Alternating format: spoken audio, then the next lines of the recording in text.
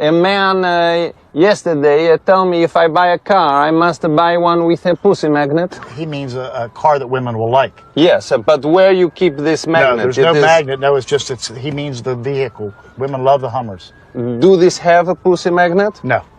The vehicle itself will be a magnet.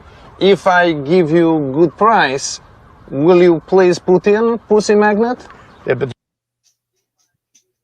I want to create a list here on YouTube of the content creators that you can trust, that people can trust, yeah, to go to for advice, and yeah, where they can get the real advice that is needed. Yeah, and as Peaky says, you can sense a real 1%er. But I want to create a list here so when people come to this video in the future and they go down the description and they see the links in the description, they can know for absolute sure, 100% guarantee, that those people are the real deal. They are real true blue 1%ers, or they are real true blue out in good standing former 1%ers. So tonight, this is my pre-Christmas shout. Now, there's my old mate Big Bone. I know a fair few of you know Big Bone, and I know a fair few of you watch his YouTube live streams, yeah? He's getting pretty well known for his live streams. Big Bone has made no secret about his club. He's a member there in the United States of America. He is a true blue, 100%, 1%er. I've spent multiple times chatting with this guy on camera, and he is absolute 100% the real McCoy, okay? So if you're a black set in America and you really want to know about the black set with the 1%ers on that set, that's the man you should go and talk to, okay? He is the absolute real deal. And as I say, myself and Bone, we have spoken at length. I decided to pursue a career in law because it gives me an opportunity to help people. When a client chooses us to represent them, they're entrusting us with a huge responsibility. It's our goal to exceed their expectations with our personalized service and to help them to achieve the best possible recovery to compensate them for their injuries. That's where we come in. We come in and we solve that problem for them and really set them on the right track in order to try and get back to what their life was like before the accident happened.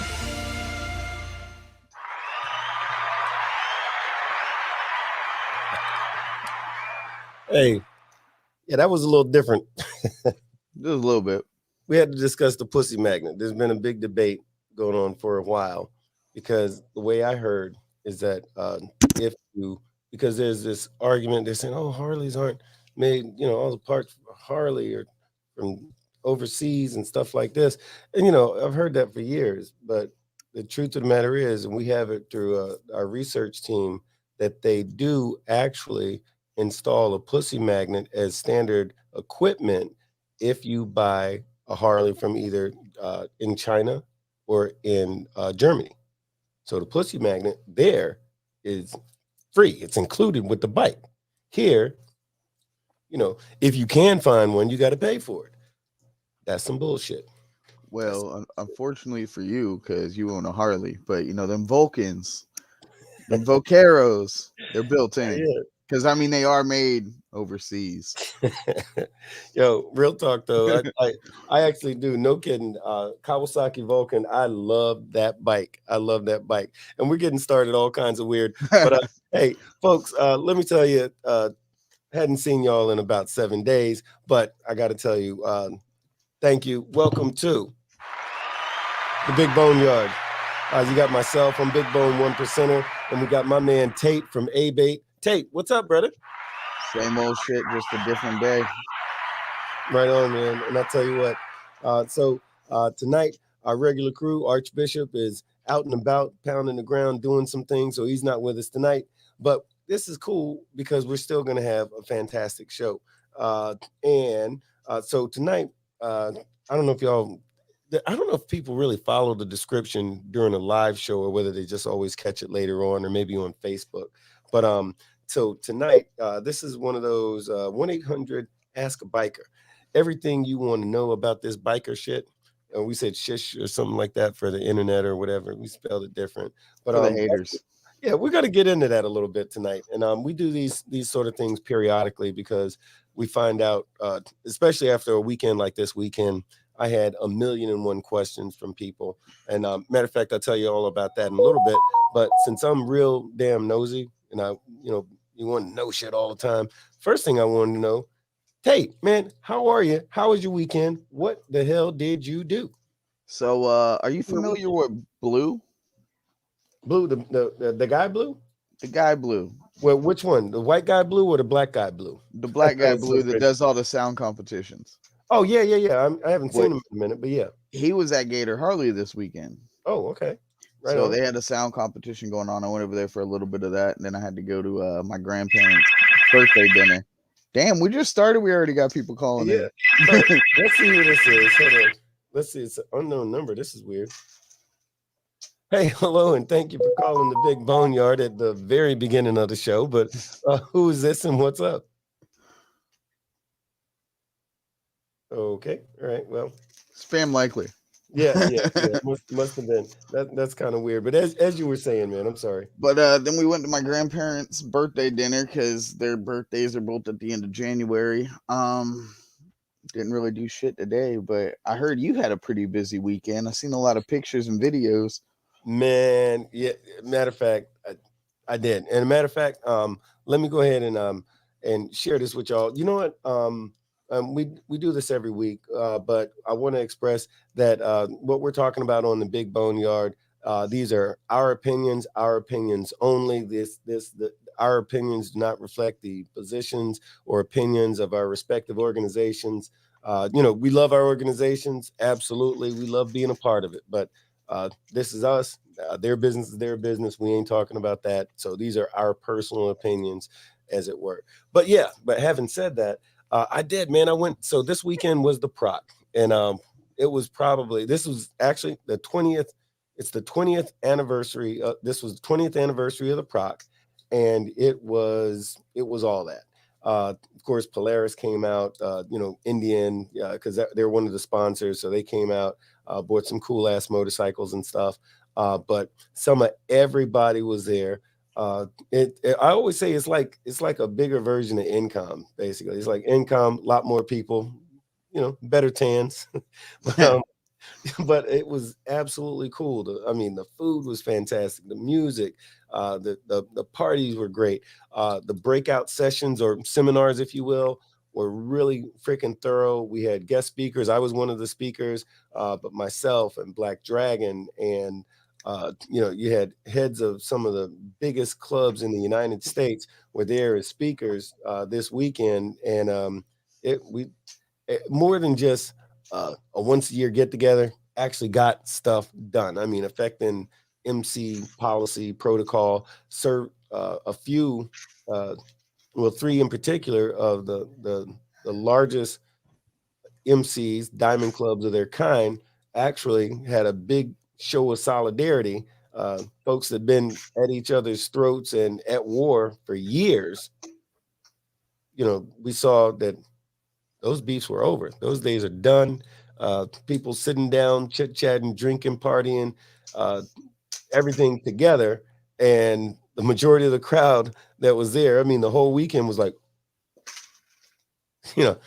I saw a lot of that, as we saw different folks interact with different things. I just realized I got these glasses now, and I got to learn that I guess the glasses have they're glass. So let me see if I can turn that, because the light and all that. Anyway, but yeah, man, it was fucking cool. It was cool two different ways. So one, it was cool, like, man, this is the place to be, cool. But then when I tell you it was cool, it was cold. It was fucking freezing because we were in Indianapolis, Indiana, and it was 2 freaking degrees outside. I think at one point the high temperature was a whole 6 degrees. And people that live there are walking around like, good Lord, it's blistering out here. It's a heat wave. I'm like, fuck all of y'all. But yeah, but it was very cool. Having said that, hey, shout out to Foxy. She's the CEO of the PROC. She did her damn thing. This is a woman who is so damn plugged in. It is amazing. I rarely meet somebody who is that plugged in to the entire set. And one of the things we're going to be doing is the PROC, and the folks that go to the PROC are going to be getting more involved in income and Abate. Jay from Indianapolis, Abate, he's the chapter president for Abate Indianapolis. He was there. He was one of the speakers. But Abate, the PROC, income, and of course, all the COCs are going to be getting much more intermingled. It started a little bit last year, but this year it's definitely going to be looking like that. And the idea is to bring this whole entire motorcycle, like the whole motorcycle community for real, together, because there's power in numbers. I mean, whether you're talking about politics, whether you're talking about money, whether you're talking about social activism, whether you're just talking about a hell of a good party, everybody coming together and getting on the same page is going to be some great shit. So I'm super excited about it. And if So, we don't know how to do anything else, we know how to throw a party. Hell yeah. Yes, sir. Yes, sir. The party. So let me give a shout out to those folks giving us a shout out. Douche Canoe, Bolo, Mr. Switch. What it do? What it do? So we see a lot of folks popping in. So look, while you're coming in, if you hadn't done it already, definitely y'all go ahead, hit the like button, share this show with anybody that you can share it with, because we're gonna talk about some good stuff. Iron Horse 50. What's up, brother? White Horse. Okay, we got a couple of horses. Iron Horse, White Horse. Okay, that's what's up. Somebody on Facebook with the hi. I don't know who you are, because you got to give Facebook permission to show your name and stuff. There's a way to do it. We'll hit us up later. We'll tell you how to do that. But Julie Holmes, what's up?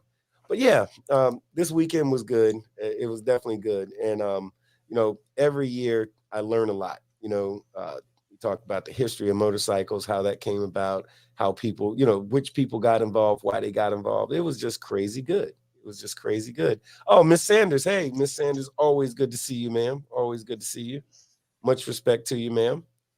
And matter of fact, while we were up in Indianapolis, Miss Sanders said, hang a left and shoot over to Ohio. And I found out it was cold there too. So I said, well, golly, if I got to freeze, I might as well freeze in Indianapolis and go and visit her when I can be more pleasant, when I'm not, froze from head to toe and all like that kind of stuff. Oh, hell yeah. It's getting fucking cold. But man, hey, what if anything, tell me about what's going on with Abate these days, because I know that's the thing. And we're going to jump into the what we're talking about tonight here in just a little bit. But what's going on with Abate? So 3 weeks from Saturday, all the chapters in the state are going to ride to Tallahassee. We're going to do our state meeting Sunday. Monday morning, we are going to line up behind the hotel that the majority of us are staying in, similar to what we do every year. And we're going to have a police escorted ride to the Capitol. On purpose? Huh? I said on purpose. I'm just teasing. I remember they did that before. Well, this is one of the few rides we get police escorted on purpose. Yeah. Yeah, they were nice. I was surprised. Yeah, they were really nice. But it's a big deal in the state of Florida, because that's when we go speak with our legislators about getting bills passed. Right now, we're working on the vulnerable road users bill, so these assholes that hit us can actually get punished for it and not get a $166 ticket, because let's face it, $166, most of us spend that in the bar on Friday night. Yeah, exactly. I'm trying to tell you. But then, speaking of what you spend in the bar on a Friday night, if you want to join Abate, get it myself, get it taped. It's $20 for the whole year, and included with that is $4,000 of AD&D insurance. And again, $20, you can't buy anything for $20. It's going to cover you for $4,000 if in case.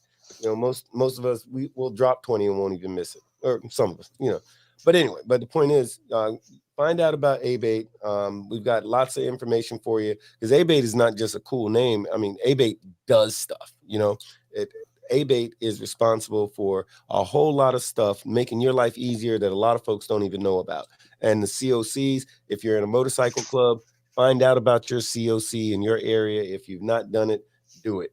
It doesn't matter what area you're in. If there's not a COC close to you, let me know about it, and we'll let you know how to move. We'll let you know the closest one to you, and maybe y'all can get together and get one started.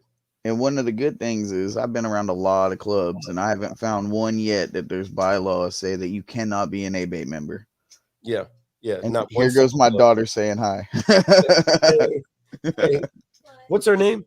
Gabby. Oh, that's Gabby. Oh, yeah, right there. Hey, Dad. Hey, that's hey, niece. How you doing? But yeah, man. But so anyway, so having said that, one more thing. If y'all, if you get a chance, go visit. Well, first thing, if you get a chance, hit the like button, subscribe if you haven't done it already. Make sure you subscribe. Go to YouTube, and even if you're watching on Facebook, find the Big BoneYard. BoneYard is one word, capital B, capital Y. But go to the Big BoneYard, subscribe to the channel. That'll help a brother out. And hit the like button, make a comment, that kind of stuff. The interaction, it actually does us good. But here's the thing. So there's also the Facebook page. There's a Facebook group called the Big BoneYard, of course. But check this out. I don't think you can see this, but this is, I don't know if you can see it or not. But anyway, 52-week motorcycle challenge. Well, it's a 52-week money challenge, and it's a savings plan. The idea is every week of the year, like the first week of the year, and we're in the 4th week of the year because it's Sunday. So this is the 4th week. But the first week of the year, you were supposed to put $1 in a jar or under your mattress or in the bank in an account. However it is that you're going to do it, that first week, you take $1 and put it to the side. The second week, so that next Sunday, Monday, whichever day your week begins on, that second week, because 52 weeks in a year. So that second week, you're going to throw $2 in there. So now you got $3. Forget about that $1 you put in. The second week, you're putting in $2. The third week, you're going to put in $3. Put it in that jar under the mattress, wherever that money goes. $3. The fourth week, $4, and so on and so on and so on. So if you do that every week of the year, and the most, and all the way at the end of the whole year, at the end of the year, right? You're going to have $1,378. And the most money, the most amount of money that you will ever deposit with this 52-week money savings, money challenge savings plan is $52. And that's only at the last week. So every single week, a little bit of money, you're going to put it to the side. And then after you save all that money, you're going to use all that money and you're going to come to the Big BoneYard Facebook group and you're going to find like a really cool t-shirt or some shorts for your old lady or some of that Big BoneYard stuff. And you can buy some of that stuff. Or if you want, you can, buy your kids stuff for Christmas or, No. I mean, they can buy live memberships to Abate for $600. So, I mean, by the end of the year, they can afford a live membership. Exactly. See, there's all kinds of things you can do with that money. But here's the thing. It's each week, it's a whatever week that is. If it's week 10, you're putting in $10. But remember, if you're starting on week 4, then you're going to put a total of, if you're starting on week 4, $16. That's to catch you up for the year. Because first week is $1, second week is $2, third week is $3, fourth week is $4. But if you add that up, that's $16 that you've already, what is that? I don't know. How much money is that? 4, 5, 6, 7, 8, 9, 6, 7, 8, 9, 10. So 3, 5, 6, 7, 8, 9, 10. So sorry, week 4, that's a total. You're putting in $10 to catch you up. If you start today, you throw $10 to the side, and next week you put in 5, and the following 6, and so on and so forth. So that's the savings plan. I know a lot of the boneheads are doing that right now, and we're kind of checking up on each other to make sure, hey, I'm going to remind you to do it. Other folks are reminding me, hey, it's Sunday. I got a few of those messages today. Folks said, hey, it's Sunday. Put your money, because it's such a small amount of money that we forget to do it. That's the thing that can happen. But make yourself remember every week, put that money in the fishbowl or wherever you're putting it. At the end of the year, I'm telling you, you'll thank me at the end of the year, and so will your kids or your old lady or your old man or whoever you're going to spend that money on. But anyway. So I take donations for my new bike. Right, throwing that out there. Right on. Like I told everybody during Christmas time, I wear a size 2024 Harley Davidson Road Glide Special.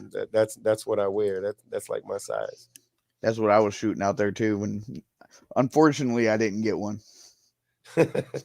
Hey, Risky said biker math. Now that's entertaining.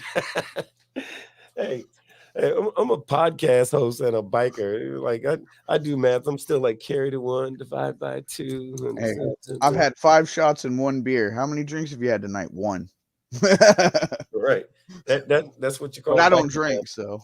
Hey, look, biker math is sort of like stripper math.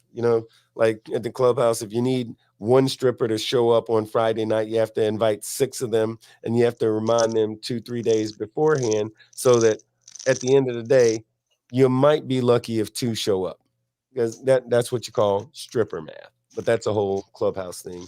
And not that I know anything about strippers or math, but you know. Emphasis on the math. Right on. But hey, so here's what we're talking about tonight, y'all. This is 1-800-ASK-A-BIKER. It sounds like one of them lawyer commercials. 1-800-ASK-A-BIKER. Everything you want to know about this biker shit. And so what we're talking about is this. So here's what the description said. The description said, and you know, I guess I do it too. Anyway, so now this is the time for you and your club to level up. Matter of fact, last week we talked about making your club bulletproof.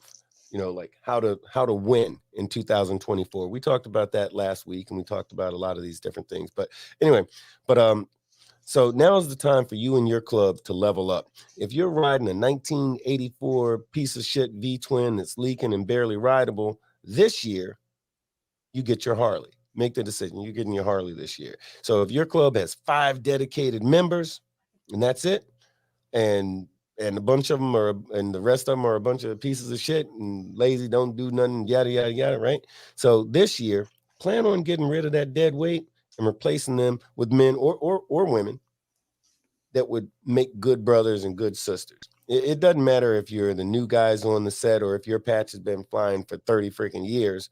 It's time to be the best, right? So having said that, whatever it is that you want to know about, whatever questions you have, whatever thing you need to improve upon, that's what we're talking about tonight. So you want to call the Big BoneYard, ask any question. No question is off limits. That don't mean we're going to answer it, but you can ask anything you want. No, but seriously, the phone number is 1-310-870-8994.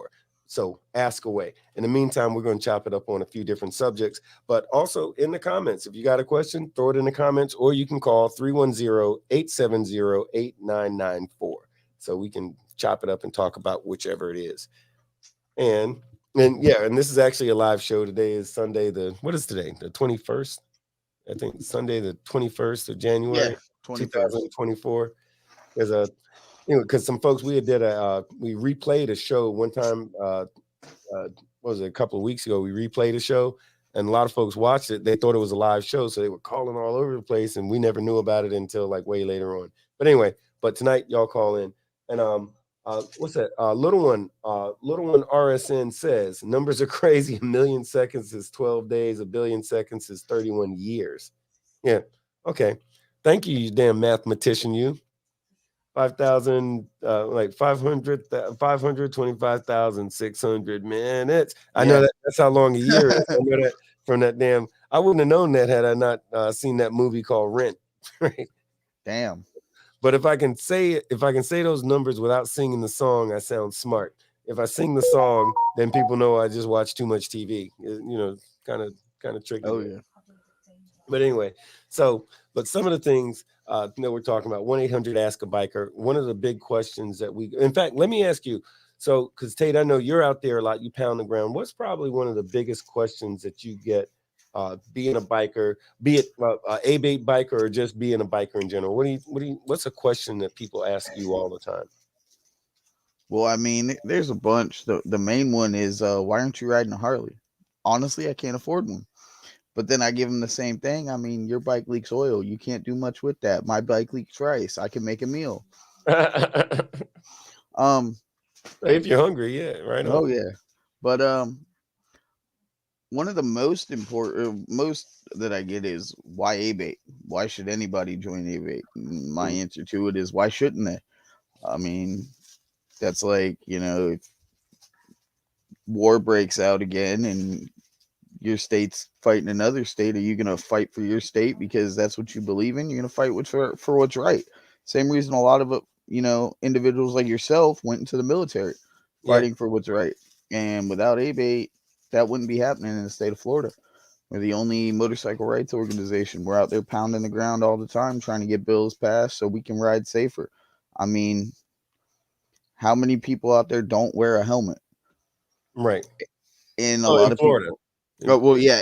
in our state, how many Yeah. people are out there without a helmet on and they take advantage of it? And then when you start a conversation by, hey, I noticed you ain't got a helmet on. Why is that? Well, because I don't have to. But Yeah, why is that? Yeah. Because it's the law. But why is that? I don't know. They just made a law about it. No. And then you get into info and they're like, oh, that's not true. Google it. I mean, Google's the best thing out there anymore. Google it. You'll see that in 2000, we repealed the helmet law and got it to where as long as you're over the age of 18 and own your motorcycle, you have the right to not wear a helmet if that's what you choose. Yeah. The way we used to say it when we were pushing for this back in the day, we say, your ride, you decide, or you ride, you decide, you know, making it a little catchy and all like that. So you had a lot of folks saying that. But no, that's true, man. Then it's a whole bunch of other little catchy stuff like, Oh, yeah. like if you can read this t-shirt, you know, there's that. But You're too fucking close. No. Can you see me now, asshole? No, I was thinking the other one. The one we used to have is, if you can read this shirt, this fell off. Yeah. My mom got me one of those for Christmas one year that said, if you could read this, Erica fell off. Okay, no, that's not nice, because didn't want Erica to fall off. That came across wrong. No applause for that. We don't want to. But no, you know, but that's a fact though. So that's a great question. And I think, speaking of which, Soldier from Hard Knocks was just saying, Bone, I still need that Abate info, and I want to get it to you. So, matter of fact, when we wrap up, hit me up, and I'm gonna get you plugged in tonight. Stand by 1 second. Hey, hello, and thank you for calling the Big BoneYard. You're on live on the Big BoneYard with with myself, Big Bone 1%er. Forgot my name, kind of like biker math. And you got 10 Abate. Who's on the phone with us? Hey, what's going on, Big Bone? How you doing, man? Abate, how you doing? Hey, what's up? Hey, how you doing, man? Sorry to mess your name up, man. Hey, I just had a quick question. This is for Big Bone, really. Me being a cat, 24 years old, just how the things that happened at the PROC, man. I just wanted to see what was your, how do you think the culture is going as far as, you know, guys, for younger cats like me getting in? Man, so let's see. So, well, let me qualify that a little bit. You're saying, did you go to the PROC? No, I didn't get a chance to go to it. I've always heard about it, yeah, and seen about it, but you know, I hadn't had a chance to get down to it yet. I hear you. What state are you in? You know, I'm in Alabama. Okay, right on. A lot of folks from Alabama was there. No, I was just curious, but I'll tell you. So the thing about the PROC, the cool thing about the PROC is that it moves around every single year. It's sort of like if you're familiar with the Roundup, for example, how it goes from one or now Sturgis is the same place every year. Daytona, same place every year, and you go, and it's basically a big party. And you know, some clubs have meetings there, you know, like club related meetings, but it's not like you're going to go there and learn a whole bunch of cool shit to bring back to your club, right? So in the case of the PROC, what the PROC does, there's motorcycle clubs from all over North America. I mean that literally. Canada showed up and showed out this year, you know, like Lost Gypsies and a variety of other clubs from Canada were at the PROC. It was in Indianapolis this weekend. I just got back today from Indianapolis. The thing about the PROC is they're going to have what they call breakout sessions, which is basically a seminar. There's going to be on the one day, there's the general meetings where everybody's there with big name speakers talking about different subjects where you're definitely going to get some word and some information. You're going to leave there with some knowledge. If you come to the PROC and you show up to a couple of things, because there's stuff going on nonstop at the PROC, right?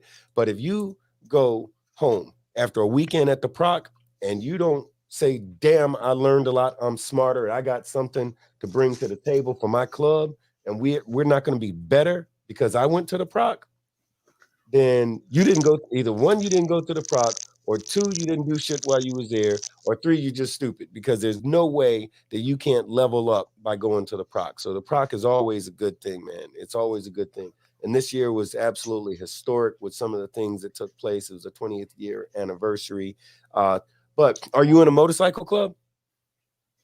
No, I'm not club affiliated. I was just, Yeah. I've been studying the culture and everything like that. So I've just been trying to, Yeah, right on. just kind of understand, so. You should still, even as not being a member of a motorcycle club, you absolutely can still benefit from going to the PROC, because a lot of the stuff, like for example, the Abate rep that was there from Indianapolis, I mean, Abate is made up of all kinds of bikers, people that are in clubs, not in clubs, people that are not even, that don't even ride motorcycles, but they know and love somebody that does. So they want to know about this stuff. How can they help? How can they benefit? How can they any of that? And it's something there for everybody. There were people who were at the PROC because it was at this big resort, like a resort hotel. So there was what we call citizens. That means a citizen is somebody not non-club affiliated in any way. So there were citizens who were there, were just amazed with all these bikers, thousands of people. And they're like, man, what's going on? Next thing you know, they're hanging out, they're talking to people, they're learning about stuff. And a couple of guys who I knew, they were there for, I kid you not, one of those, what do they call, where they have dance moms, where the little girls have the dance competitions. Oh my God. It was one Honey of those Boo Boo. like some Honey Boo Boo shit. So these men were there with their wives and their daughters, and they were like, man, this shit is cooler than this bullshit I'm here for. Next thing you know, I'm seeing these guys pop up in a couple of the breakout sessions. Well, and so they went and bought a ticket, and they're doing all the stuff. But it's a lot to learn, man. It's a lot to learn. And did you say you were 24 years old? Yeah, yes, sir. Okay. Oh, damn, you're young. Yeah, you're young. You got a bike? Yes, sir, I do. What you ride? I ride an Indian. Okay, all right, right on. Which one? 24 with a good job. Yeah, it's a chieftain. Oh, the chieftain. Yeah, man, beautiful bikes. I'll tell you what. But so you're 24. You got an Indian chieftain. That's all kinds of cool, man. That's a wonderful bike. And then if you're in Alabama, what town are you in, if you don't mind? Birmingham. Oh man, yeah, Beham. So there's a town called Inslee. You know about Inslee, right? Yes, sir. 100%. Yeah, a lot of good brothers in Inslee, Birmingham, and what's that? Bessemer. That whole area there. It's a lot of bikers there, man, and it's a lot of folks you could connect with to kind of let you know the ins and outs of not just the club life, but this biker life. Because you don't have to be in a club to be a biker. And, I'm biased, obviously. I'm very pro motorcycle club, but I'm pro biker too. So you sound like you got a good tan like I do. So for the area that you're in, I wish I was you. I'm envious of all the fun that's getting ready to happen for you, and the lifestyle and the brotherhood. Was you ever in the military?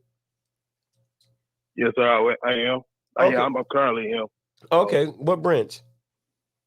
Navy. Okay, right on. All right. So MCs, the motorcycle clubs and the military go hand in hand. That's just like what's that thing Forrest Gump used to say, like peas and carrots or something like that. Yeah, I mean that's just a natural fit because in fact the setup of motorcycle clubs, the structure of motorcycle clubs is very much because of the military, guys getting out of the military. I'm talking back in the early 1900s, they formed motorcycle clubs and they structured them very much like military units. So flash forward, over 100 years later, and that's still doing the same shit.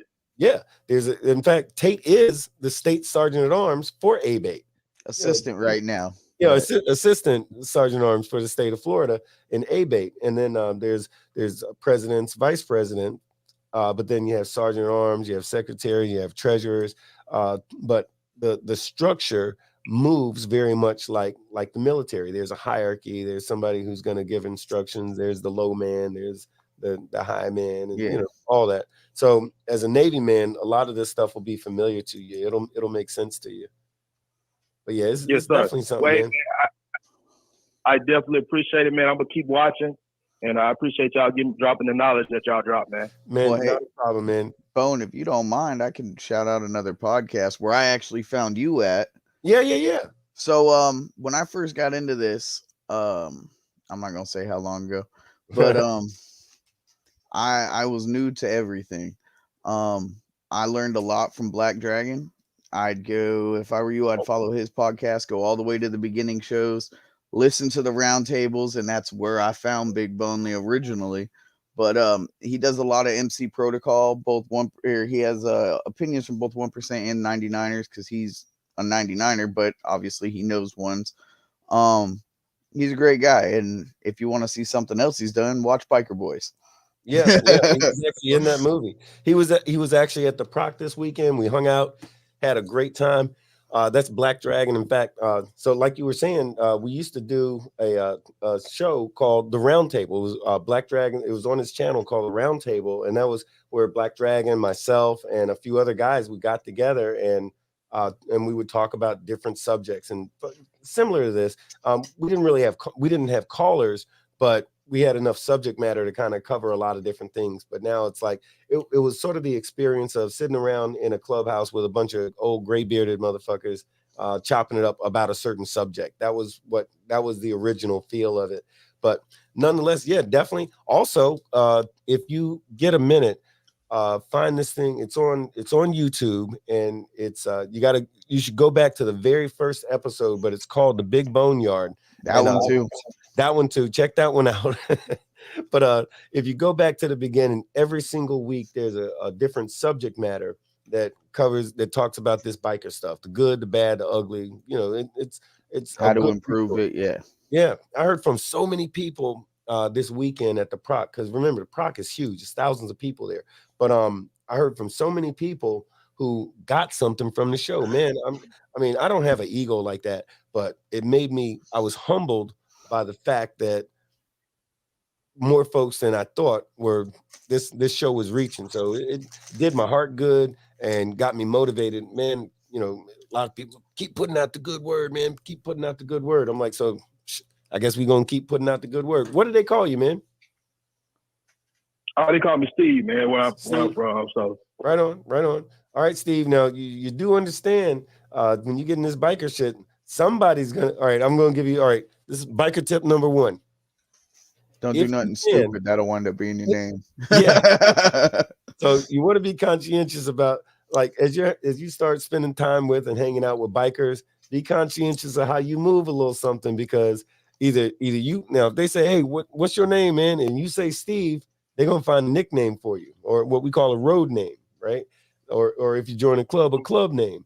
And whatever that name is, it has a tendency to stick. So either you pick a name that's a good name that you like, and maybe they let you keep it, or they're going to give you one. So sometimes you don't want them to give you one, especially if you did something stupid. Oh, yeah. Because I know a guy named Outhouse.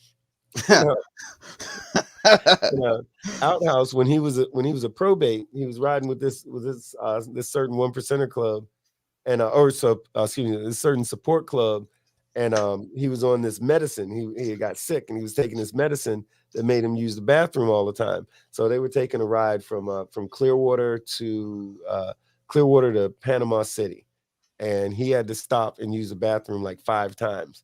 By the time they got to Panama City, his name was Outhouse. Damn. And that was 20 years ago, and he's still called Outhouse.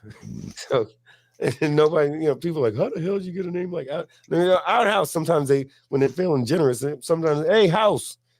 He prefers House. Like, hey, how you doing, man? What's your name? Oh, they call me House. No, they don't. They call him Outhouse. But if you ask him, he's gonna say they call me House. Anyway, or he can wind up like me and never get one. So yeah. That's a possibility. That happens. It definitely happens. But I'll tell you what. But you're in Alabama, Steve. So in Alabama, they'll hit you with a name. But hey, Steve, man, thanks for calling, brother. And look, keep watching the show, and make sure share this show, hit the like button, the subscribe button, and share this with everybody you know, man. All right, hey, thank you so much, man. Not a problem, Steve. Take care. That's all right. And Douche Canoe was just saying that. Wait, where we go? Douche Canoe was just saying. So, Steve, if you're still listening, Douche Canoe said this is a great first caller with great questions, and I want to applaud him for being so incredibly respectful. And I echo that sentiment as well. I really appreciate hearing from a young cat like that who's trying to learn about the culture and kind of get started and everything. I like to hear about somebody trying to learn about it, dip their toe in it before they dive in head first, because that's what I'm Yeah. seeing with a lot of the younger generation. Yeah, They yeah, get a bike, they're 10 foot tall and bulletproof, and the first thing they want to do is go hang out with a 1% club, and they don't even know protocol. yeah, because they watched Mayans. That episode of Mayans was real good, and I've Oh, yeah. watched Mayans and every biker thing there and shit. We're making a biker movie right now, but and one of the things that we're doing with this biker movie is really trying to interject accuracy and realness and give a let people see what protocol actually looks like. We're trying to do some of that and within the confines of a movie, because a movie has to be entertaining, and so there's what they call artistic license to do some stupid shit, but for the most part it's going to look, feel, and move just like the MC world and the biker culture.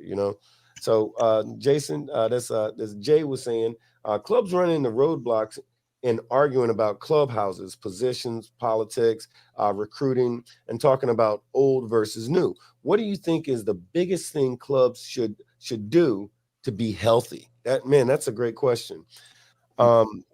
Jay, I think first thing that clubs should do, and here's the problem. So the answer to your question is, I think egos is a big problem amongst any organization, but especially in a sometimes testosterone driven environment like a motorcycle club where everybody, they put on that patch. Now they're 10 foot tall and bulletproof, right? And mix that with egos and a lesser understanding of protocol, which does happen. Now that's a recipe for disaster. So if you can, and I talked about this at the PROC this weekend, if you can condition your folks, and from the top down, because the expression goes, the fish rots from the head. So it's got to start with the president and filter its way down. But the thing is, everybody needs to think about the we, not the me. You got to speak in the plural, think in the plural. What's good for the group? I'm going to move in the best interest of the group. That helps a club to be healthy. That helps an organization to be healthy. Because when you're, and think of it this way, you could be the biggest dumbass in North America, but if you know that your actions have consequences and could affect the way that your club is looked upon, or you do something stupid, now law enforcement is interested in what's going on with you, or any of these sort of things, if you're conscientious of we and not just me, you're going to move different, which ultimately makes you a better person, makes you more disciplined, because you're accountable to a whole other group of people. But that don't happen if your ego is out there writing checks that your club don't want to cash. Oh yeah. You're going to move different. So what do you think, Tate? Well, first off, that's not just issues in clubs. That's any organization out there, regardless of if they're on a motorcycle or not. Yeah, hell, I've seen that shit in the Eagles. I seen it in the Boy Scouts. I went to high school. Right. But no, 100%. People need to stop caring about what's on the front of their vest, care about what's on the back. I mean, I've heard it on multiple podcasts for years, multiple people that are very looked upon in this community say the same thing. It's not about the me, it's about the we. You gotta put everything in front of what you feel is right, and as long as that's what the chapter wants or that's what the organization wants, that's what you got to do. Sometimes it's going to be for the best, sometimes it might not work out all that great, but you live, you learn, and you do everything as a group. Nobody's more important than anybody else. Facts. I know in the first club I was in, y'all have heard me say this before if you watch the show a lot. My first club, we were described as damn near, incestuous was the expression that I used to hear. And what that meant is that we didn't fuck with nobody else. We only fuck with each other. That's the incestuous thing. But anyway, if you saw one of us hanging out and there was 4 people with him, every one of those 4 people was somebody from the club. When we went to, eat food, somebody was having a barbecue or a cookout or a pool party, it was only us. It was very rare. In fact, it was so much to the point to where when we used to do a weekly meetup. Sometimes there was a meeting. Sometimes we just jump in the pool. But we had a pool party basically every single week.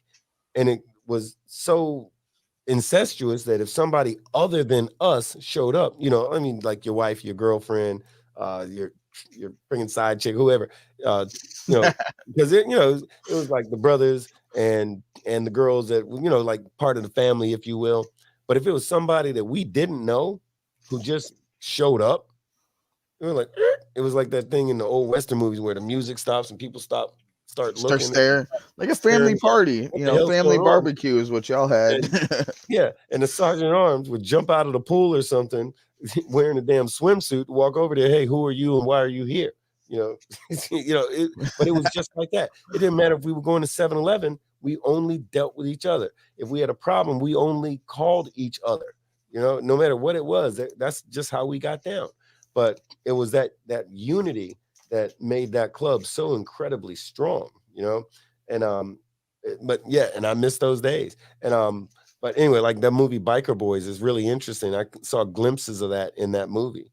But anyway, oh, kickstands down. What's up, fellas? Like, share, and subscribe. I believe Yeah, definitely. KDP or KSDP said like, share, and subscribe. Good looking, fellas. And wait, Douche Canoe said I could send a picture of Tate to my parents, and they'd ask when I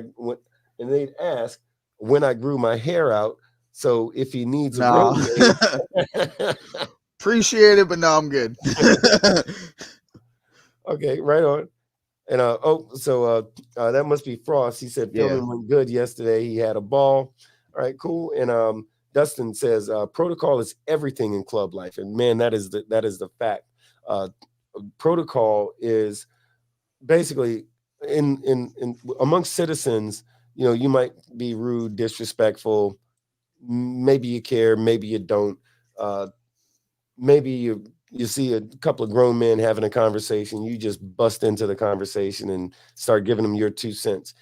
In our world, that'll get you punched in the face, whether somebody knows you or not, because it's against protocol. That's something that you just don't do. I could go more into it, but that's something that you just don't do. So bad manners among citizens is just bad manners.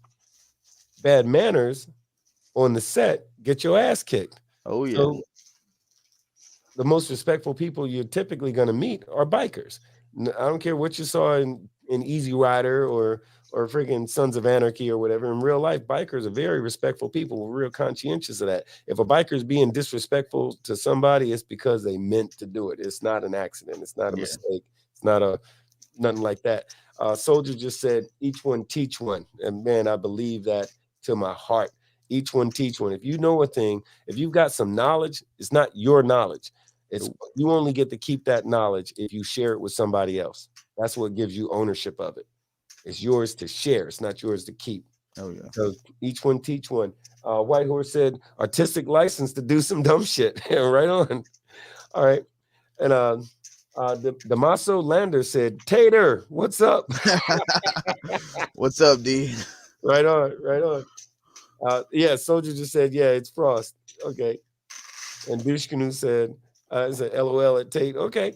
But yeah, so next question. By the way, the phone number is, let me see if we can get, okay, the phone number is 310-870-8994. So if you have some questions or comments, so y'all think of the top 5 questions that y'all got. Oh, by the way, while I'm at it, because I'm thinking about giving out a t-shirt. As a matter of fact, I don't know if y'all seen the new t-shirts. I don't have one in front of me, and I really got to put that stuff on the Facebook page.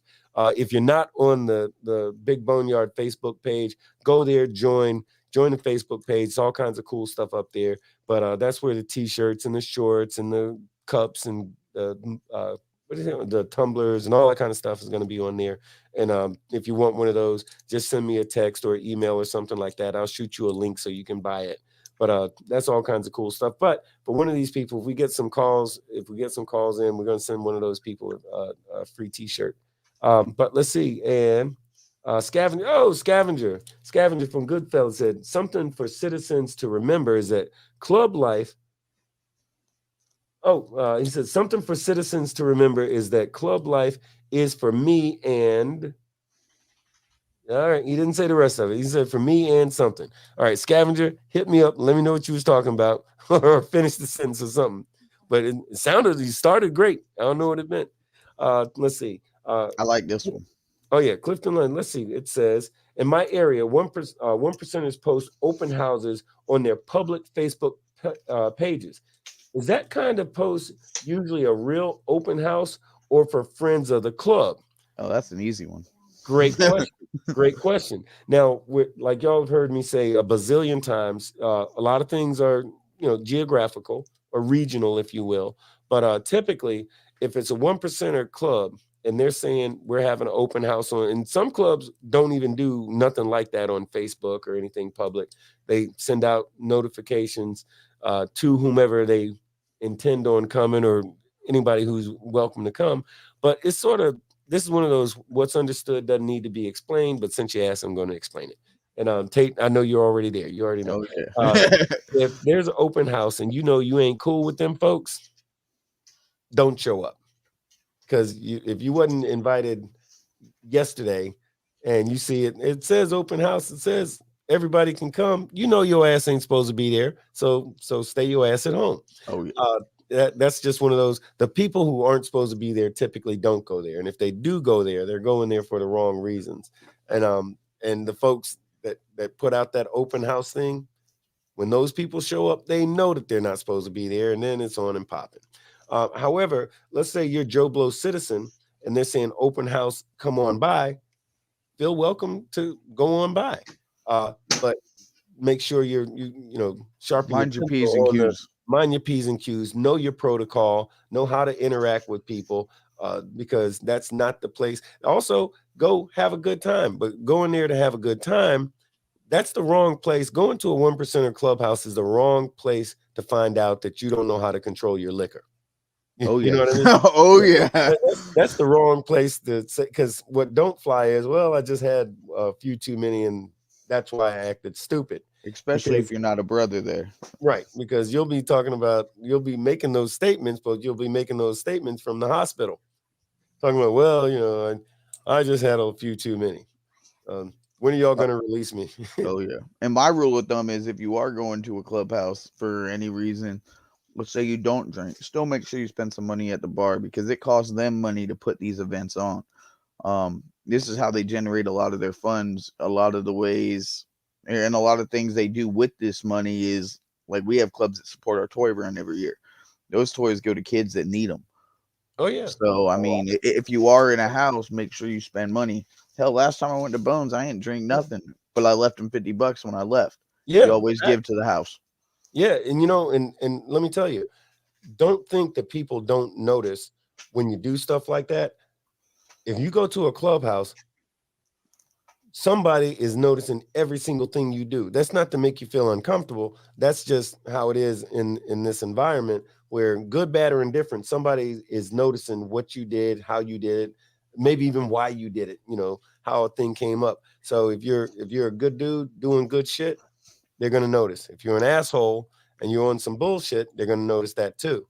And maybe that next invite might not be meant for you because you showed your ass. But here's the cool thing about the way that MCs and protocols and the biker lifestyle, somebody's going to communicate that with you one way or the other. So you're not going to be confused as to where you fit into that. So that's a great question. Now, Douche Canoe just said, Deuce said, old Sunny quote is, you don't see people in prison treating each other the way people do on the outside. And the reason is that if you're rude to somebody in prison, you get killed. Yeah. Now that's nail on the head. That's just a really good deterrent to being, having bad manners, right? So Donald Moreno said, some people are unteachable. Isn't that right, son? You might know one work with a few, and Tate is my son. Okay. I have my whole family watching. It seems like. That's all right. That's all right. So let's see. Melissa. Oh, okay. That's Betty Boop. Betty Boop says, good evening, all. And Scavenger said, okay, so let's see. I think this is what Scavenger was he says, citizens need to remember that club life is for men and not women. make sure to always conduct yourself accordingly. And you know, and I think what he means by that is when he says for men, not women, and you know, correct me if I'm wrong, there's women in the environment. Some clubs are all men. There's women in this lifestyle. You go to a clubhouse, there's of course women there, and typically those women, and especially in the environment of a club or even an Abate, they know how to conduct themselves, because the ones that don't know how to conduct themselves will, you know, it'll be addressed. Oh yeah. Maybe a little differently with women than it will with men, but that's dependent. That's dependent. I've seen women get their ass beat too by other women. You know, you don't see men beating up on them, but you know, that wouldn't go over very well. Not in my chapter, at least. You're not gonna go to some clubhouse and you got the wives and girlfriends there, and some new chick shows up and wants to come there, show her ass, and start a bunch of shit, and those women are just gonna be okay with it. No, they're gonna, you know, they're gonna address that, and depending on the level of the infraction, you know, she might get her ass beat too, because women are, in my personal opinion, women are more violent than men. I really believe that, because women, they don't do it as frequently, but when they do, they go all the hell out. Whitehorse said, big time, even in biker bars, you best hold your drink. That's a fact. I'm telling you, like the biker set is not the place to learn that you can't hold your liquor. It's just not the place. You do that over there at the yuppie bar or something like that. There, because worst case scenario there, some guy's going to say, sir, we're going to have to ask you to leave, or we're going to cut you off. Cut you off in a biker club means something different. You know, no more knees. Douche Canoe said, counterpoint to Scavenger, don't go disrespecting or hitting on the women if you don't know who they are. Great point. Great point. So we can pontificate on that one a little bit too, because here's what happens. The reason that in a lot of organizations, women wear patches, men wear patches, everybody wears patches, you know. But in particular, when you're talking about certain clubs, and if you see some girl, she could be gorgeous as all get out, but if on the back of her vest it said property of so and so, it doesn't mean you can't speak to her. But don't come with none of that Pepe Le Pew, you know. Oh yeah, smack her on the ass and get all up in her face and let me get your phone number and let's go for a ride. Any of that type of shit. Don't do it. Don't do it. Don't do it. Please listen to what I'm saying. You'll thank me later. You know. And for those that learn differently, you know, sorry. You'll wish you listen later. Yeah. You know, but the thing about that is you'll probably be back on solid foods in 2-3 weeks. You know, that's not that bad. I mean, you know, yeah, just don't do it. Don't do it. I mean, that's if a brother handles you. I mean, my old lady, you hit on her and I ain't got to worry about nothing because she gonna handle you. Yeah, that's what I'm saying. Look, the women on the set, it's some different stuff going on. You know, like I say all the time that the set is where men are men and women are glad about it.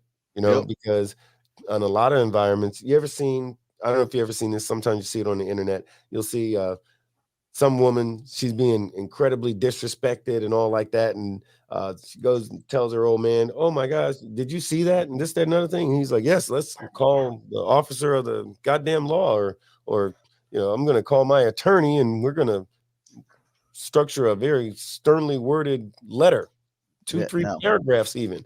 Yeah, our environment is a little bit different. We don't call attorneys or police. We beat somebody's ass. And again, this is not to say that bikers are just about violence and all like that. This is like the environment of, you know, stepping into the set is sort of like going back in the cowboy days, where guys are like, "Howdy, ma'am," and all like that. Except for, you know, I'm not saying people ain't fucking, you know, people get together, is, you know, some wild women and all that kind of stuff. But what I'm saying is that you treat people the right way, or you're advised that treating them differently, there's a consequence to it. There's always a consequence to your actions in the MC community, you know, so that's a part of it. So let me ask you this. What's and you know, you don't have to go too much into it. What's the biggest lesson that you learned personally about this biker shit? Like you used to think one way, but damn, like you found out, oh shit, it's really like this. And how did you learn that thing? Honestly, that this biker lifestyle is not political. I used to think that all the time. Oh my God, this is the most political bullshit I've ever seen. Yeah. Don't let nobody tell you it's not political. There's politics and fucking everything. And it's definitely lonely at the top. Yeah. Once you get to the top, nobody wants to be your friend. Everybody looks at you as, oh, you're the president. We got to hold you to a higher standard. No, I'm still a brother at the end of the day. If I were to take this flash off right now, guess what? My patch looks just like your patch, looks just like his patch, and looks just like his patch. The front shouldn't matter. But unfortunately, once you get to the top, it does. You know, the funny thing is that I've seen as it relates to presidents, I've seen people go, oh, well, he changed ever since he became president. Here's the thing. That's true, and it's not true, depending on who you're talking about. There's some guys where the power went to his head, right? And he starts acting different, walking different, talking different, and treating people differently, and not in a good way, right? And then you have other cats who they have to change their interaction because this is my homeboy. He's the president now, so he's gonna look away when I'm fucking up all over the place because that's my boy, so I can do whatever I want. So if that's really your boy and he's the president, why would you put him in that position? Exactly. Right? You'd be surprised how many people do because, oh, that's my boy. And then when you don't co-sign so-and-so's bullshit, now you're an asshole. You're president. Oh, he's acting funny now because he's the president. No, he's doing his job because as the president, his concern is supposed to be for the entire chapter. Oh, yeah. And if he's just letting you get away with shit, then people are going to look at him funny like, oh, wow. Oh, I see how it goes. If that's your boy, you're going to look the other way. You're not really doing your job. You're not really the president. You're just some guy who's taking advantage of a position to hook up his friends. Like when you're working at McDonald's and you give all your friends extra fries and stuff. I never worked there, but yeah, I did. When I was 15, I got fired for that. Did they have McDonald's when you were 15? They did. They were made out of stone. They were made out of stone back then. But no, I was 15 years old, had a job at McDonald's, and that's the only job I ever got fired from because my boys would come through and man, they'd order like a small fry and they get like 3 bags of food accidentally. But so that's why. Back in time, I need some food.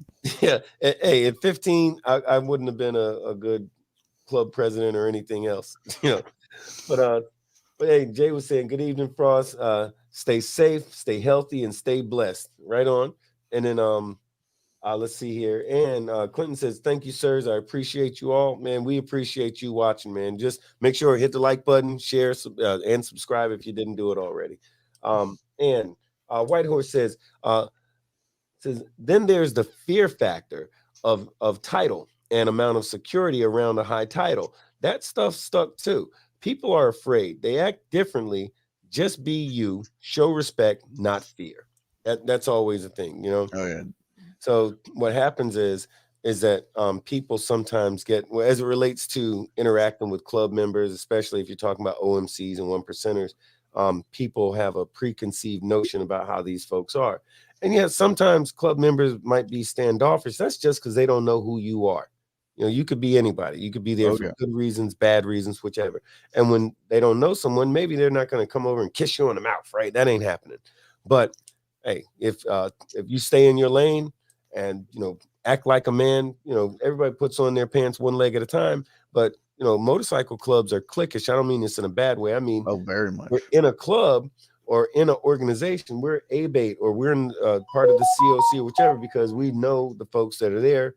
Or those folks that become a part of that, we get to know who they are. It's a process, right? Out in the world, you meet somebody that gets hired at your job. You didn't have no say-so in it. That's just somebody who was moved in from the regional office in Texas, and now he's here. You don't know if he's a good guy or bad guy or whichever, but they're told, hey, this is your coworker, and guess what? Now he's your coworker. And so at work, you got to deal with him. If you elect to interact with that person outside of your work, that's on you. But at work, they tell you who's there. It's not that way in the club. In the club, you get to choose who's going to be a part of your thing. So it's a different kind of a thing, you know. But that's a good observation, White Horse. That's a very good observation. Oh yeah. Because there's a fear factor. Speaking of the fear factor, another thing about that is that there's just I say protocol, but for citizen purposes, common sense. Common sense is if you see a bunch of guys talking, you're at the clubhouse, and they've all got the same patch on, and I mentioned it earlier, and you just bust up there, hey, how you doing, fellas? I'm so and so. What's going on? What are y'all talking about? Don't do that.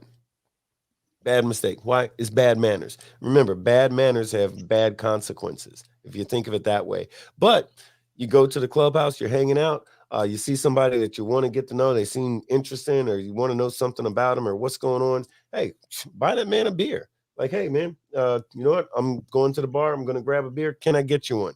You know, great. What are you having? Bud Light? You know, yeah, you know, whatever it is. You know, hey, let me get you a beer. This, that, another thing. How's it going tonight? Just regular conversation. Don't ask him about his business. Don't ask him about his patches. You know, y'all chit chat about the weather or the football game or whatever it is that the conversation leads you, but don't get all personal and start digging in, you know, asking shit you shouldn't be asking about. You know, and if you do accidentally do that, he'll let you know. You know, that ain't none of your damn business. Yeah. I'm not gonna discuss it with you.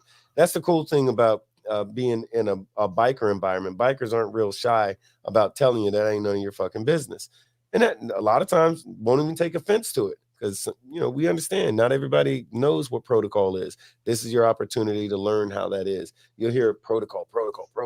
It's a thing. It's definitely a thing. That. And I'd even say if you are a civilian at a clubhouse, and don't get offended if you ask somebody what they're drinking and they tell you they're not, because a lot of these clubs, you don't know. You might be talking to a probate, and a lot of the clubs you're not allowed to drink while you're working, especially if you're a probate. Oh yeah, facts, absolute. And look, I know 1%ers, full patch members, been so for years, who don't drink alcohol, and you'll probably be glad about it because when they did drink alcohol, they were a different individual. Oh yeah. And this lifestyle is one where it's real good for sobriety, contrary to popular belief, because people who legit have a big problem with the way that they act when they're drinking and drugging, they'll learn. Know that, oh yeah, they learn, hey, this is not something I can do. Not if I want to stay in this club, or if I want to stay in this organization. I can't do that. So SNS just said, treat them good, they're going to treat you better. Treat them bad, they're going to treat you worse. That ain't nothing but the gospel. That is the gospel truth of it. All right, Douche Canoe said, here's a softball question. I like to run my mouth and stir shit up that I don't want to back up. And MC Brothers are supposed to back me up no matter what if I'm a member. Sounds good? Where do I sign up? Well, you sign up with a hang around phase, and if you like to run your mouth and stir shit up, that's where your phase is gonna end. Pretty much. I think that's pretty much the way it goes. But I'll tell you what. So I talk about the 3 Ps, and it's so funny because I hear other people kind of pick up on that. A brother of mine named Highway actually had a song where he referred to the 3 Ps in that song, but the 3 Ps: pussy, power, and protection. So if you're getting in your club or your organization for whatever, if one of the 3 Ps or all of the 3 Ps are the reason you're doing it, then just don't do it. Save everybody some time and don't waste nobody's time. The 3 Ps: pussy, protection, power, no matter how you put them. So pussy. So man, those guys always got the girls. Them guys always got the girls. I want to be them. I want that patch. They always got the girls. Guess what? If you can't get girls on your own, or you feel like you have to be in that organization or that club in order to get girls, then you ain't the kind of guy that needs to be in that club anyway. And if the focus is the girls, bad reason to get in the club, because guess what? 99% of the time that y'all are doing club shit, ain't no women around anyway. So forget about the pussy part of it. The power part of it, if you're like power tripping like that and you want to, you got that whole Napoleon thing going on, same difference. You're going to be a problem for that club or a problem for the set anyway. So go sit your Napoleonic ass down somewhere and go start your own thing. that don't have shit to do with motorcycles. You know, go run for politics or something. If it's all about power, go do that. There's a bunch of freaking weirdos doing that shit all the time. And you know, nowadays, you know, that's all politics is anymore. A bunch of assholes who want to run the world. So yeah, so the power part, keep that out of the MCs, keep that away from the organizations. The protection. So if you're like, hey, you know, these guys over here want to kick my ass for the last stupid shit I did, but if I join that club over there, I'll be safe. Why will you bring your bullshit and your drama to a brand new organization who don't know nothing about or care nothing about the stupid shit that you did over there? Because if you did the stupid shit over there, you'll probably do it over here. So don't come running to us for protection. And, you know, and believe me, motherfuckers do that. Guys do that shit. Or I'll say they try to. They'll try to join a club with all kinds of chest thumping, I'm Billy Bad and all this kind of stuff. But in real life, you're just trying to hide out from those guys that are going to fuck you up as soon as they see you for the last stupid shit you did. So that's a good one, Douche Canoe. I appreciate that question because that needs to be addressed. And hey, if you're the guy who's looking at them 3 Ps and that's the reason you want to join the club, just don't. Yeah. I mean, honestly, I come into that with Abate all the time. When I get transfers from other chapters, all they tell you is, oh, well, I just wasn't happy. So first thing I do is I jump on the phone, get a hold of the old chapter president and say, hey, was there something going on? Was shit just not working out? What's the situation here? Yeah. Because if you're going to be an issue in the BoneYard, what makes you think you ain't going to be an issue in Lake County? And let's be honest, Bob threw him out. There's a reason. Maybe I don't want him. Yeah, exactly. Why did that happen? And you know, and the thing is, that's where in leadership has to do their due diligence. You know, if you're more concerned with quantity over quality, that you're always going to get what you don't want. You're always going to get the problem children. You're always going to get headaches. You're always going to get somebody who's bringing drama, a man or a woman. So make the phone call, find out, do your due diligence, find out why the hell is this person coming here? Like I used to think all probates, I thought every probate in the world was a cop and I hated them until I had to learn different, you know, like convince me that you're not a piece of shit, that you're not trying to infiltrate, you know, something. You're here for bad reasons. And I mean, I knew some cats who had crossed over and everything, you know, full patch. And I still wasn't sure. It took me a minute, you know, because that's just the way that I am. But it's a quality thing, you know, it's a quality control thing. So Kodak, the ground pounder. Hey, let's take a minute. Kodak, the ground pounder. He's a new subscriber. He says, new subscriber here. Love the show, man. We're glad to have you. So welcome to the Big BoneYard. Enter at your own risk, brother. And check out the Facebook page as well. A lot of stuff on there. Join the Facebook page, and we'll give you a proper introduction over there as well. Jay said, when a chapter drifts away, let me make sure I'm seeing this properly. Jay says, when a chapter drifts away from bylaws to the point they are almost something different other than having the same patch, how do you correct that? Man, that's a good question. So this is one of those, we used to say, I want to say it was in 2005 or 2006 or something like that with my original club. We had an entire year where on social media, emails, fax. Yeah, there was a thing called a fax machine. Anyway, whatever way we were communicating, everybody signed the same way, and it said back BACK, the number 2 basics, right? Back to basics. Because for a whole year, we were like, we are about the bylaws. We are about being a traditional motorcycle club, traditional values, traditional, back to basics. And what happens is when a club gets away from the bylaws, somebody, and here's where, when depending on how crazy shit has got, somebody's got to stand up and say, hey, you know what? The bylaws say different. And then sometimes there's another thing. There's they say this in the courtrooms too, the spirit of the law. Like, for example, if you have a bylaw that says we wear Chuck Taylor sneakers, right? Or Chuck Taylor style sneakers, and everybody in the club has Chuck Taylor sneakers, but then 3 or 4 of those guys got some Nikes. Well, what was the spirit of the law? Because like when they made that bylaw, and I'm being facetious, but when they made that bylaw, let's say they had a founder and his name was Chuck Taylor, and in honor of him, everybody wore those style sneakers to honor that guy, right?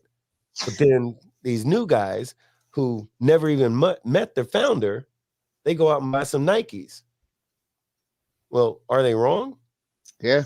Yeah, they're wrong because Chuck Taylors are what. So now if they said, well, the original founder used to wear sneakers and his name wasn't Chuck Taylor, his name was Bob, and he used to wear sneakers a lot. And the first few guys used to wear some Chuck Taylors. So they said, oh, yeah, you know, Chuck Taylor style sneakers. And they bought some Nikes. Oh, those aren't Chuck Taylors. Is he wrong? No, because the spirit of the law was, hey, you should, that bylaw is you're supposed to wear sneakers. Right. And that's, and by the way, that's some real California shit because we don't do that in Florida. We wear boots. Whoa. Hold on. Well, I'm saying on the bike. Do you wear sneakers on your bike? Okay. Yeah, but do you ride in those? Every fucking day. No shit. Yeah. No shit. Okay. Well, see, that's an Abate thing versus a club thing. Because on the club side, you only wear boots. Like wearing sneakers is a sin. However, shit, I had to be like for Indianapolis this weekend. We flew up because you know that's a long ass way in this cold ass weather. Yeah.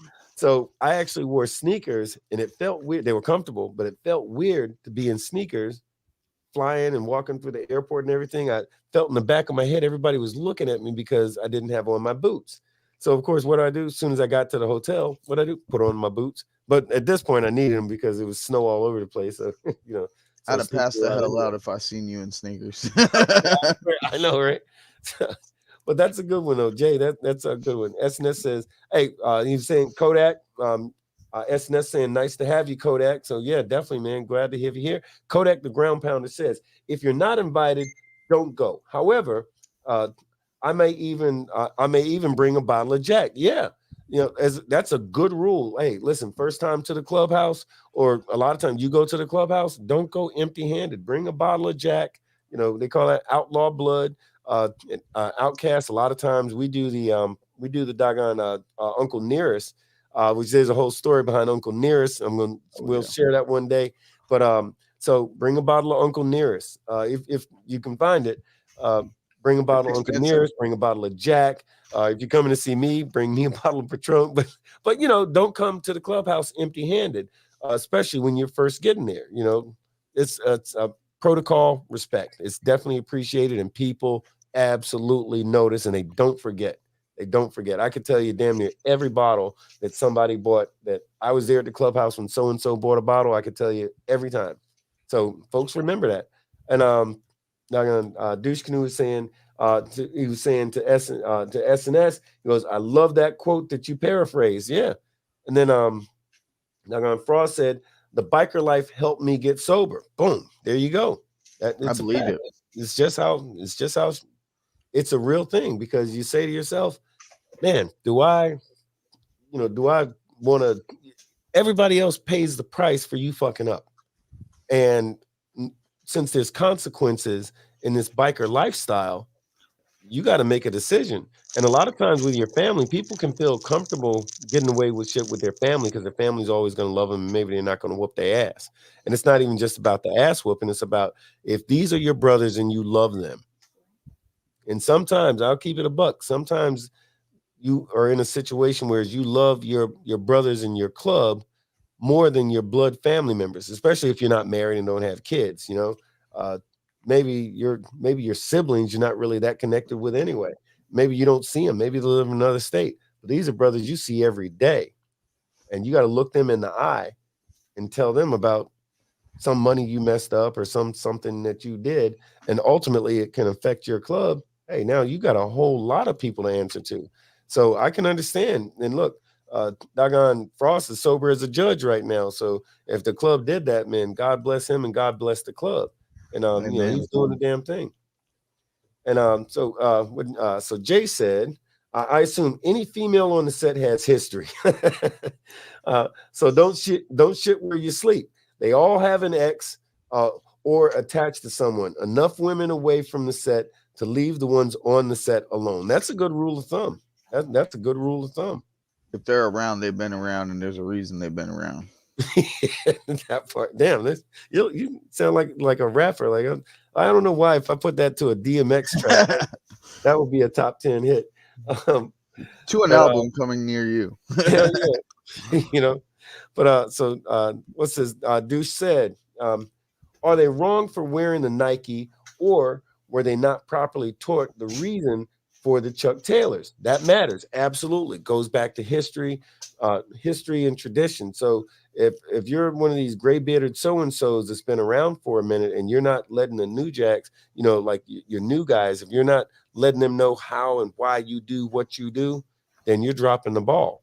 Because the more you share your club's tradition, if they know how Abate started, like what was it, a week or so ago, Tate, you actually broke down the original name of Abate versus how Abate is called now, and how even some areas they got a different spin on it. But the thing is that like the guy from, what was it, Easy Rider magazine, who came up with this whole idea, and Lou Kinsey. Yeah, Lou Kinsey, and this was a time in which you know, like the world was you know, I'm not anarchist per se, but you know, you had that post-Vietnam era kind of a, you know, pseudo hippie biker kind of a anti-establishment kind of a vibe to it. So the name of Abate was consistent with the mood of the country at that time, whereas it got more politically correct over the year. But here's the thing: if you just came into Abate and you say, "Hey, I'm an Abate member, I want to be active and all this," and you don't know that, then somebody failed you. Oh yeah. Because if you're a part of a chapter, that's some stuff that you're supposed to learn. Maybe not, you got to sit down and take a class, and you know, you got to have a B+ in order to become a member. I'm not saying that, but hey, you should be hanging out, spending time, riding your motorcycles together, and somebody's going to have a conversation with you. Or at the very least, ask the question, "Hey man, you know where the name Abate came from? Do you know what it stands for?" You would be shocked at how many members of Abate in different, not in your chapter, but in other states, who don't know what the acronym Abate stands for. They think, "Oh, it's French, man. It's French." No, it's not. Abate. It's a dish. Right? Let's see. So Clinton said, "It sounds like a fourth party could be included." It could be. Yeah, that could be. You know, because look, some clubs are known to be like Rough Riders. Love them. There's a lot of Rough Riders that were up here in Indianapolis this weekend during the general sessions and the classes. I don't think I saw one Rough Rider, but I damn sure seen them at the parties. See, because you know, Rough Riders, and I'm not saying every Rough Riders, but Rough Riders are known to be they're known to be a party club, like as in they're famous for their parties, and people join Rough Riders because they have good ass parties. Oh yeah. And you know, so that's a thing, and that's not for them. That's not even a negative, because that's just how they get down. But there's different clubs move differently. But bikers in general, bikers love to party. So Little One RSN says, the first time I went to a club gathering, it was their national. I knew the person I went with as a friend. He was a nomad for the club and had been a member for 35 years. That didn't mean much to me at the time. He was just my friend. Everyone was introduced themselves to him. I told him it was like sitting next to the Godfather. I was waiting for them to kiss the ring. The advice he gave me was simply act like a guest. Be nice. Don't interrupt. Offer your seat to members at the event. So yeah, I mean, that's fantastic advice. And for somebody who's, if you're a citizen or you know you go in there as a guest, man, that's the most perfect thing. Be a guest.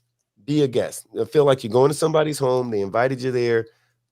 Move like that. That's like the best example. So hey, no, for real, Little One, thank you for sharing that. That's good. That's good stuff. And Little One, I'd appreciate if you would like, subscribe, and share, because you know if you haven't done that, I never liked you. Anyway, yeah. Yo, Douche Canoe said, love that Bone. Love that Bone just brought my softball question full circle. Sobering it up because your fuck ups are impacting your brothers is real brotherhood, not the I want to join for brotherhood shit. Because yeah, That's what happens. Brotherhood is a verb. You know, when I say a verb, I mean brotherhood means you're doing something. Oh, You know, yeah. some people say it like it's a punchline.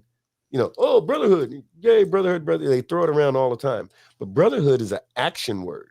You know, like I'm picking up the phone. I'm getting on my bike at 3 a.m. to go ride to bring your kids some Infamil because you're stuck in Toledo and can't get home and the Cashapp ain't working, or freaking brotherhood is, man, you know, I'm broke down at 2:45 a.m. on my way back from so-and-so, and I'm in bumfuck Egypt, and my cell phone's on 3%, but I'm near here. And then they come out and they find you because your phone is dead and you can't call nobody and drop a pin, but they come out and they find you because, and this is stuff that happened. Now I could go on and on with a million of these sort of stories, but brotherhood is an action word, you know? So Soldier from Hard Knocks, he's saying, yeah, I gotta get used to these joints right here. He said, not many OGs left nowadays to continue to educate the young generation. Passing the history of one's club and relationships between clubs is highly important as well. All black everything, yes, sir. And when we say that, so when y'all hear us say all black everything, we don't mean necessarily black folks, black people. We're talking about, you know, there's like a red and white nation, and there's a black and white nation, there's a black nation, and there's all of this different stuff, right? That's some old club shit that some of y'all don't know what I'm talking about. But yo, Hard Knocks, what he said is absolutely the truth. When Tate was talking about passing down information to your club members and to people in your organization, that shit is important because that's where the connection comes from. So if you are not teaching those folks, so we say each one teach one, like he said, you got to pass down the history. Like, okay, so this weekend we saw a few different 1%er clubs who had been having beef for decades, and we saw how those clubs had squashed that beef, got together, chopped it up, hugged it out, shook hands, drank together, the whole damn thing, and people were shocked and amazed. There were guys, some of the younger guys from these different clubs I was talking to, they didn't even know why the beef started. But hey, for a minute there, they was with all the bullshit. They wanted all the smoke. Didn't know why. They just knew they was mad at them guys. And if they see them guys, we gonna get it on. Why? Oh, because that's what we do. That's what we do is not a good enough answer for you to be potentially talking about somebody going to a funeral. Right? That's what we do gets people, you know, in trouble, big trouble, shit that we can't get you out of. Exactly. Scavenger saying brotherhood is helping your brothers with no questions asked. Absolutely. 100.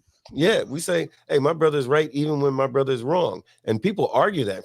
Some people don't like that expression. That means is we're out, let's say we're out and about, we're out in the world, and one of my brothers goes up to some big booty bitch and smacks her on the ass. And her husband wants to turn around and his friends, and they want to beat him up. Guess what? Ain't nobody touching my brother. I don't give a damn what he did. Now he will get his ass corrected later. Right, exactly. So when we get back to the clubhouse, I'm gonna be like, why in the hell did you pick that bitch? You saw her husband right there. The fuck are you doing? Right, we're gonna get into it later on, but out in the world, the fucker's a bodybuilder. What were you thinking? right, you know? So later on, yeah, we're gonna get in his ass. But out in the world, nobody's touching none of my brothers. Nobody's fucking with you. Nobody's nothing. Because I am my brother's keeper. You know what I mean? I'm a better brother than my brother when he's not a good brother to himself. I don't care. Yep. That's the way it is. You know, if look, I hate to do the thing from the movie, but we ride together, we die together. You know, so if we got to get it in, we're going to get it in. Give me all the smoke until we get back to the clubhouse. When I'm going, you know, out in the world. Then I might kill you. Yeah. Like, I can kill you. Nobody else can kill you, but I can kill you for that stupid shit that you did. But, you know. Like my mom used to say, I brought you into this world. I can take you out. Right. I remember that. Oh, Lord, I remember that. You giving me flashbacks. Hey, peace to my brother, Freedom. What's up, Freedom? Good to see you. Freedom just joined. But yeah, man. Oh, so Jay was saying, LOL Tate. I low key wear all black high tops, Vans also, waffle bottom rule. Right? Oh, hell yeah. Those. I remember them waffle bottoms. Oh shit. But yo, and okay, so Dushkin said, LOL, back to the softball question. You can act like a fool in public and get backed up, but you got receipts coming later in private. Yes, sir. Yes, sir. That is a fact. That's always a fact. And hey, here you go. Scavenger said, my brother might not always be right, but he's never wrong. That part.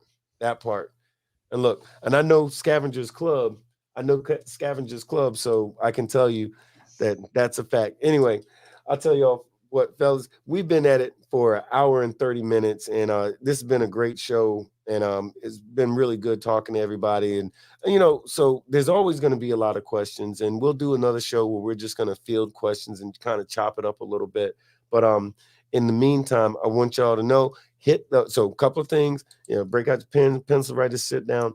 One, check out the Facebook group. It's called the Big BoneYard. It's a Facebook group. You can find it on Facebook. But join that page if you haven't, because it's a lot of really good information there. If you're watching on YouTube, make sure you like, subscribe, share. Make sure you do that for real. If you're watching on Facebook, go to YouTube and subscribe, like, comment, share, and all like that. And then I'm pretty sure, mathematically speaking, we're going to be doing this again in about 7 days. You sure? 7 days? Yeah. Hold on. Damn, now I got to do the biker math again. Hold on. Damn. Yeah, right. Wait, what's 7 days from today? Oh, that's the 28th. Yeah, you'll still be in town. Right on. We'll be doing it. And let's see. So what's that? Dushkin, who said only 2 of us have hit the like button so far. 39 others watching haven't. Please hit the button. Yeah, hit the button. Anyway, I tell y'all what. Love and respect to all of y'all. I'm Big Bone 1%er. Myself, Tate. You want to say anything to the folks before we leave? Hey, support your local Abate chapter. Support Big Bone. He's out there trying to do the best he can to educate us fools on what's right, what's wrong, what not to do, how to keep ourselves alive in this community we live in. Make sure you don't act like a fool. Like, share, subscribe. Go to Facebook. Follow him. Anything you can do. And buy some T-shirts. Some T-shirts look pretty good. I mean, once I get this link I was told I'd get a couple weeks ago. Yo, I'm gonna send it. I forgot. Yo, I'm gonna send it out. You know, it's fucked up. I forgot because like you're my boy, so I figured, you know. But yeah, I'll get it. But no, I'm gonna do it. Like anyway, I'll get that sent. In the meantime, love and respect to all of y'all. We're gonna see y'all in 7 days. Love and respect, y'all. Decided to pursue a career in law because it gives me an opportunity to help people. When a client chooses us to represent them, they're entrusting us with a huge responsibility. It's our goal to exceed their expectations with our personalized service and to help them to achieve the best possible recovery to compensate them for their injuries. That's where we come in. We come in and we solve that problem for them and really set them on the right track in order to try and get back to what their life was like before the accident happened. I want to create a list here on YouTube of the content creators that you can trust, that people can trust, to go to for advice, and where they can get the real advice that is needed. And as Peaky says, you can sense a real 1%er. But I want to create a list here so when people come to this video in the future and they go down the description and they see the links and description, they can know for absolute sure, 100% guarantee, that those people are the real deal. They are real true blue 1%ers, or they are real true blue out in good standing former 1%ers. So tonight, this is my pre-Christmas shout out. Now there's my old mate Big Bone. I know a fair few of you know Big Bone, and I know a fair few of you watch his YouTube live streams. He's getting pretty well known for his live streams. Big Bone has made no secret about his club. He's a member there in the United States of America. He is a true blue 100% 1%er.